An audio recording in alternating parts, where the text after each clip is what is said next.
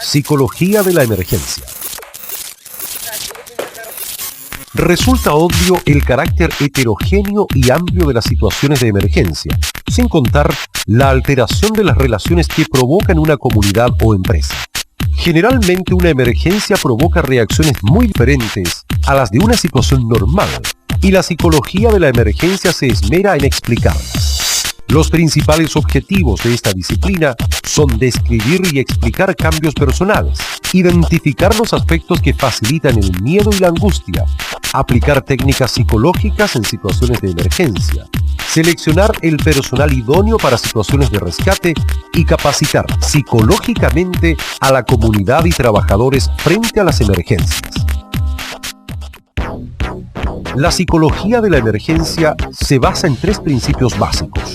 Primero, muchos eventos con pérdidas desafortunadas suceden dadas las reacciones psicológicas de las personas. Segundo, existe una indiferencia ante el peligro, propiciando la ocurrencia de accidentes. Y tercero, un número importante de accidentes se produce por fallas humanas. Sin duda, una emergencia produce diversos cambios en las personas, como por ejemplo, miedo, entendido como una reacción de defensa frente a amenazas, ansiedad y angustia ante un estímulo desconocido. Al emerger alguno de estos cambios en una determinada situación, el individuo tenderá a su evasión, su control o adaptación a ella, de una manera física o psicológica. Así, se habla del síndrome de adaptación general, como la respuesta neurofisiológica de adaptación a los cambios en el medio ambiente, y de manera especial, aquellos que amenazan la integridad física y psicológica de las personas. Así también los especialistas hablan de la potenciación entre el miedo y la angustia. El miedo se produce cuando hay una situación de amenaza concreta y se reconoce su origen. La angustia, en tanto, se manifiesta cuando existe una situación de amenaza y no se puede identificar o reconocer en forma exacta su origen o magnitud.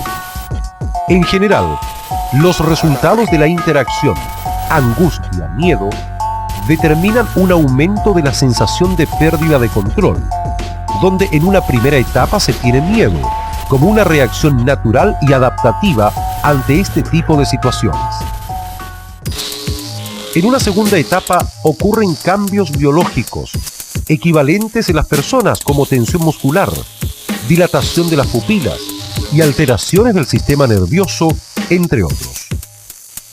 Y en una tercera etapa ocurren otros cambios psicológicos y que se presentan de manera diferente en las personas, indicando un mayor o menor control de estas situaciones o del entorno, cuya magnitud resulta de la evaluación de las capacidades y habilidades con relación al estímulo enfrentado. Si esta relación o comparación es positiva, mayores serán las probabilidades de éxito. Luego, de acuerdo a la conducta, tenemos personas sin miedo, prudencia, precaución, prevención o alarma, nerviosismo, torpeza en movimientos, perplejidad y correr despavorido. De acuerdo a la emoción vivenciada, se tiene reacción emocional simple, miedo o susto, ansiedad, angustia, angustia aguda, espanto, terror. Decimos que hasta la prevención o alarma y la angustia aguda se percibe un cierto control o racionamiento por parte del individuo. Se habla de comportamiento colectivo en situaciones de catástrofe, cuando la reacción frente a una situación o evento repentino, amenaza o peligro, afecta la seguridad física de ese grupo, generando una rápida desorganización del mismo. En términos de reacciones del público, ocurren 2 tipos de lenguajes, el verbal y el corporal. El primero se traduce en insultar, descalificar, ordenar y escuchar, mientras que el segundo se traduce en manifestaciones de tensión muscular, correr, arrancar, agredir o evitar. Existen principios básicos para manejar situaciones de emergencia, tales como la experiencia, que se logra con ejercicio, entrenamiento y simulacros, con aviso y sin aviso. Los conocimientos, lo que indica una capacitación en materias de situaciones de emergencia. Las destrezas y habilidades que corresponden a los aspectos prácticos del aprendizaje, manejo de la situación con presión de tiempo, aplicación de criterios y actuación ante una emergencia, entre otras. La identificación de las fortalezas y debilidades, impedimentos físicos, fobias o enfermedades. El trabajo en equipo, que implica asignación de responsabilidades, distribución de funciones, ejercicios en equipo y de liderazgo, planificación de situaciones, conocimiento del rol de los líderes, aceptación de las emociones adaptativas, como el aumento de la sensación de control. Dentro de los deberes del o los líderes encontramos promover la definición de los objetivos por parte del equipo, coordinar acciones para el desarrollo de nuevas y mejores estrategias, distribuir a la gente del equipo, considerando obtener el mejor desempeño de cada uno de ellos, exigir el compromiso con el objetivo del equipo. Dentro de los tipos de liderazgo, se conocen el autoritario, que solo exige resultados, el permisivo, que se preocupa de las personas, y el asertivo, preocupado tanto de los deberes como de las personas. Durante la ocurrencia de eventos complejos, en situaciones de emergencia, el líder autoritario suele ser esencial para el manejo de estas. El líder asertivo frente a la evaluación de la actuación, pero en ningún caso es recomendable el líder permisivo. En estos casos, es recomendable también el trabajo en equipo, ya que permite una mejor coordinación, mayor tiempo dedicado a la planificación de acciones, claridad en el desempeño de funciones del líder y el aprendizaje de otras experiencias por parte del equipo.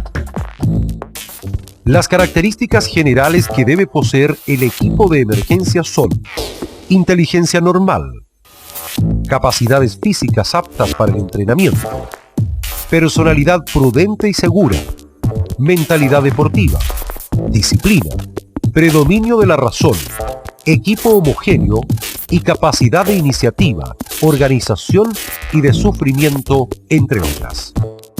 Existen distintas técnicas para enfrentar las emergencias.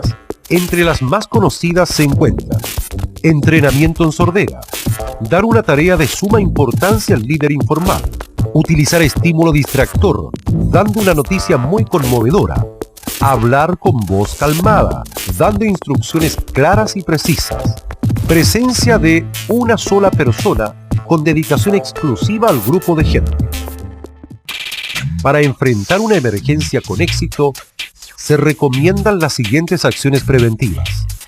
Elaborar un plan de emergencia que contemple, además de las vías y zonas de seguridad, los criterios de actuación, es decir, procedimientos específicos para cada tipo de emergencia, en términos de los comportamientos concretos esperados. Designación de las personas a cargo, por piso o por área. Definir las medidas para el primer enfrentamiento de la catástrofe. Observar la reacción de las personas en situaciones de emergencias reales. Y realizar simulacros, con y sin aviso, para evaluar la reacción de las personas y la eficacia, eficiencia y seguridad del procedimiento para enfrentar la emergencia. Además, se recomiendan las siguientes normas de carácter general en caso de una emergencia: escuchar solo al líder o a quienes estén a cargo, alejarse de los vidrios, caminar rápido, sin apuro, al llegar a las zonas de seguridad, mantenerse unidos y revisar si están todos. No cabe duda que son muchos los elementos involucrados en las situaciones de emergencia, y en la medida que las personas valoren la real importancia de estos, adquieran los conocimientos, habilidades y destrezas, o sea, sean competitivas en la preparación y respuesta ante emergencias, menores serán las pérdidas que lamentar a la hora de ocurrir una catástrofe real. La capacidad de liderazgo y el trabajo en equipo marcan la gran diferencia entre las empresas o sociedades que creen que los hechos nunca acontecerán y las que sí. La experiencia demuestra que es mejor estar preparados. Psicología de la emergencia.